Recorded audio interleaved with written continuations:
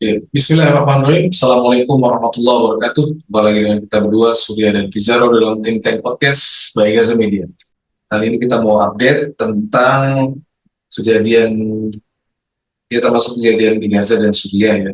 Nah, hari ini, hari Kamis, tanggal 27 Maret 2025, tempatan juga dengan 27 Ramadan. 27 Ramadan, kita akan ketemu dengan Idul Fitri, insya Allah kita semua bisa sampai dan mendapatkan suksesan yang mengenai izin wal faizin. Baik, hari ini kita ngebahas ada tema apa nih di homepage Gaza Media. Ada beberapa yang mau kita bahas di sini. Terutama yang mau kita bahas tentang ini ya. Nah, Indonesia bantah menampung 100 warga Gaza sebagai program migrasi. Nah, bacain. Pemerintah Indonesia membantah kabar bahwa 100 warga Gaza untuk menerima sejumlah proyek pekerjaan di sektor konstruksi sebagaimana dilaporkan oleh media-media Israel. Juru bicara Kementerian Luar Negeri, Rolian Shah Sumirat, mengatakan pemerintah Indonesia tidak pernah membahas dengan pihak manapun atau mendengar informasi tentang rencana pemindahan warga Gaza ke Indonesia. Dapat kami tegaskan bahwa tidak ada pembahasan apalagi kesepakatan antara Indonesia dengan pihak manapun mengenai hal itu, kata Sumirat. Saat ini, kata dia, Indonesia lebih fokus untuk mendorong mewujudkan gencatan senjata tahap 2 dan masuknya bantuan kemanusiaan serta memastikan dimulainya rekonstruksi di Gaza. Nah, baru-baru ini media Israel melaporkan ada kelompok pertama sekitar 100 orang warga Palestina dari luar Gaza disiapkan untuk berangkat ke Indonesia. Nah, ada apa nih, guys? Tiba-tiba ujuk-ujuk ada rencana pemindahan 100 warga Gaza ke Indonesia, guys. Iya, ini sejatinya kalau kita lihat ya, kenapa ini muncul ya. Pertama ini muncul di channel 12-nya Israel, lalu di quote sama The Times of Israel, yang keduanya kita mengetahui media sayap kanan yang penjajah. Ini kayaknya sengaja dimunculkan karena semakin kuatnya desakan untuk mengevakuasi warga Gaza keluar Gaza atau memaksa ya memindahkan mereka dari jalur Gaza keluar Gaza sebagaimana desakan ataupun target yang dilakukan oleh Netanyahu, kemudian Bezalel Smotrich dan Ben Gvir ya. Dan juga ini kan gagasan besarnya juga udah disampaikan oleh Donald Trump ketika beberapa lalu ya sempat heboh ya ketika Donald Trump memiliki proposal untuk bikin Riviera Timur Tengah ataupun menjadikan Gaza sebagai pusat ekonomi. Jadi jangan lupa itu sebenarnya ide itu masih terus bergulir, bukan berhenti. Dan ini masih terus diupayakan oleh penjajah ya, karena satu-satunya untuk menghentikan perlawanan bangsa Palestina ialah dengan mengusir paksa mereka keluar dari jalur Gaza dan kemudian melucuti kekuatan senjatanya Hamdi ya. Baru-baru ini seperti udah kita juga bahas sebelumnya, ini juga lagi rame berita warga Gaza melakukan demonstrasi ya dan juga menyampaikan slogan-slogan anti Hamdi ya. Jadi ini satu rangkaian khusus gitu. Karena gini, kalau kita lihat Israel ini kan maju mundur untuk melakukan serangan darat ya. Kemarin mereka sudah announce melakukan serangan darat, tetapi ini tidak ternyata serangan darat ini tidak terjadi sebagaimana banyak prediksi banyak orang bahwa akan terjadi serangan darat besar-besaran. Ya, karena Israel kayaknya juga berpikir dua kali kalau dia mau serangan darat melawan pejuang Hamdi ya, maka ini banyak sekali tentara-tentara mereka akan berguguran. Nah, jadi karena ide itu tidak berjalan, maka kemudian dimunculkanlah isu Israel mengatakan gelombang 100 pertama para pengungsi Gaza itu sudah dikirim ya ke wilayah Indonesia untuk melakukan pekerjaan konstruksi. Ya, kita nggak tahu juga Kenapa bisa deh? Kenapa bisa disebut Indonesia, Miss? Jauh-jauh gitu. Kemarin kan dia sempat ya, nyebutnya karena kan Suriah ya. Ya, ini kayaknya cuma giliran aja sih. Giliran pertama kan awalnya tuh Arab. Ya, adanya ide untuk mengevakuasi warga Palestina ke wilayah Arab ditolak oleh Arab. Ya, oleh negara-negara Arab ya, terutama Yordan dan Mesir.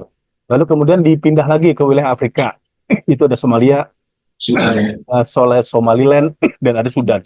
Yang belakangan dikonfirmasi oleh pemerintahan mereka bahwa itu tidak ada komunikasi secara langsung antara negara Afrika tersebut dengan Amerika maupun Israel untuk menampung para pengungsi ataupun warga Gaza yang direlokasi secara paksa. Nah, jadi sekarang giliran ke Asia. ya. Dimainkanlah Indonesia di situ. Kenapa Indonesia? Pertama, Indonesia dari dulu itu udah diisukan atau rame santer dimainkan propagandanya oleh penjajah bahwa sedang melakukan negosiasi dan komunikasi normalisasi Israel dan Indonesia. Sebenarnya bukan normalisasi ya, kan kita nggak pernah bilang hubungan diplomatik dengan Israel ya. Kalau normalisasi itu kan dinormalkan ya, yang tadinya pecah kemudian dinormalkan, dinormalisasi gitu. Jadi itu. Jadi ini karena Indonesia dari dulu udah disukan, apalagi waktu itu kan kita ingat ya ada sejumlah segelintir oknum dari NU yang sudah dikirim ke wilayah Israel, ketemu presidennya Israel, Isaac Herzog ya, dan kemudian memainkan isu normalisasi ya. Jadi emang Indonesia itu dinilai ada celahnya karena ada beberapa orang-orang yang bisa bermain ya, nggak sedang bermain ya. bisa dimainkan, bisa digoyang lah kayak gitu. Yang kedua, Indonesia negara muslim terbesar di dunia. Ya, kita tuh negara muslim terbesar di dunia yang kalau memang menjalin hubungan diplomatik dengan Israel ini udah kemenangan diplomatik bagi penjajah dan kemenangan opini. Apalagi kan Indonesia ini sangat kenceng ya masyarakatnya, pemerintahnya untuk melakukan perlawanan ya, advokasi terhadap isu Palestina kayak gitu. Jadi ini kenapa Indonesia dipilih ya nggak lupa sih dari faktor-faktor itu bahwa Indonesia memang dari dulu kan udah sejak zaman Soekarno, Bung Hatta itu udah digoyang gitu, dan ini kan sampai sekarang Indonesia belum bergeser ya untuk melakukan menjalin hubungan diplomatik dengan Israel. Iya, ini statement dari Kemlu ini emang baru bisa. Baru itu memang baru dari Roy Roliansa Sumirat, ini jubirnya Kemlu ya, Pak Roy ya, dan beliau mengatakan membantah kabar tersebut ya, karena tidak ada kesepakatan ya, karena itu pun juga apa sih kalau cuman menerima ya di infrastruktur, kita emang kekurangan orang membangun infrastruktur di sini ya, udah tenaga kerja asing Cina itu banyak di sini, yang ramai juga isu kontroversinya, belum juga masyarakat Indonesia itu kan juga banyak yang pengangguran, jobless ya, pasca pandemi. Lah kok sampai kita ngimpor orang Gaza ya untuk melakukan, dan orang Gaza kan nggak terbiasa mungkin untuk kerja-kerja seperti itu ya di medan seperti Indonesia gitu. Jadi ini memang ini bantahan Kemlu ya. Ya tadi kita udah bahas ya di live sahur ya. Memang ini.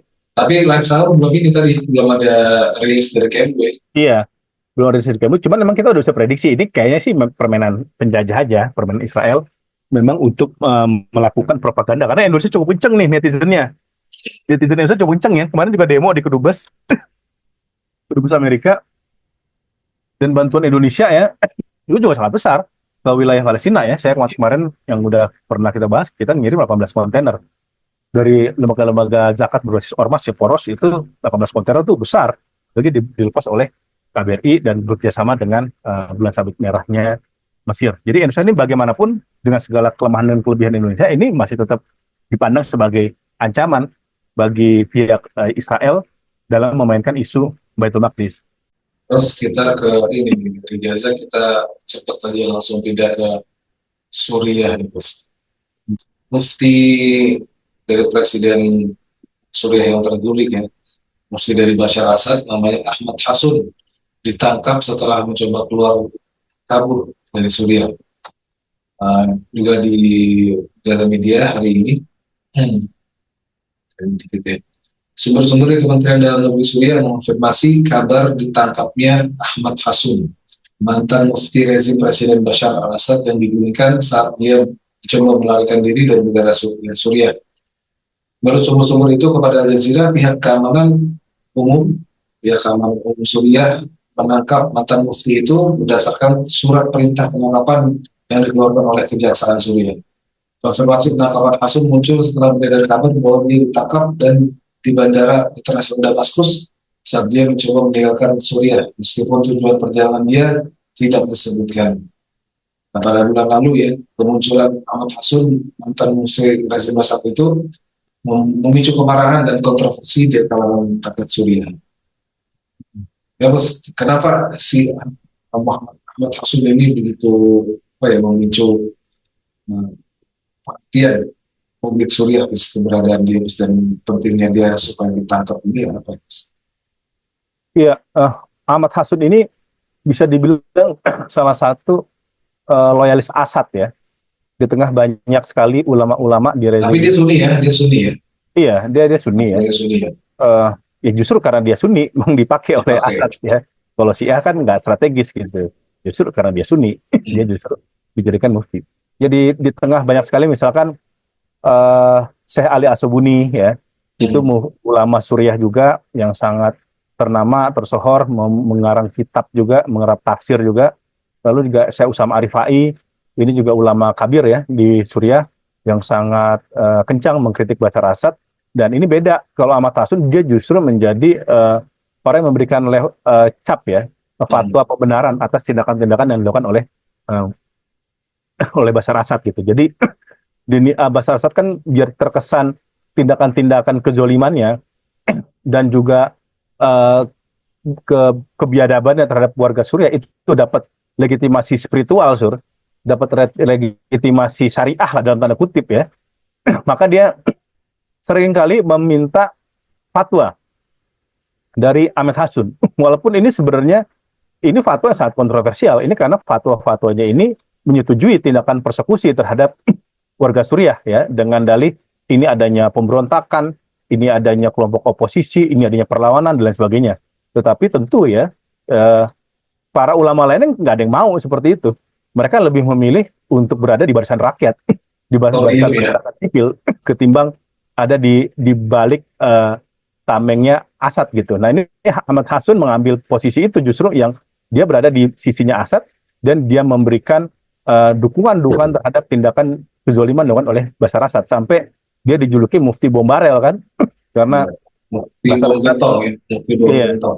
Bashar Assad kerap sekali meluncurkan bom-bom dari helikopter dan pesawat untuk melakukan pembunuhan terhadap apa yang disebut sebagai pemberontakan di Suriah ataupun perlawanan dari kelompok oposisi ya. Dan ini masyarakat memang geram gitu ya. Sebelumnya sangat geram sekali dengan tindakan dilakukan oleh Ahmed Hasun. Dan ketika Bashar Assad sudah tidak lagi bercokol, maka dia nggak punya backingan lagi.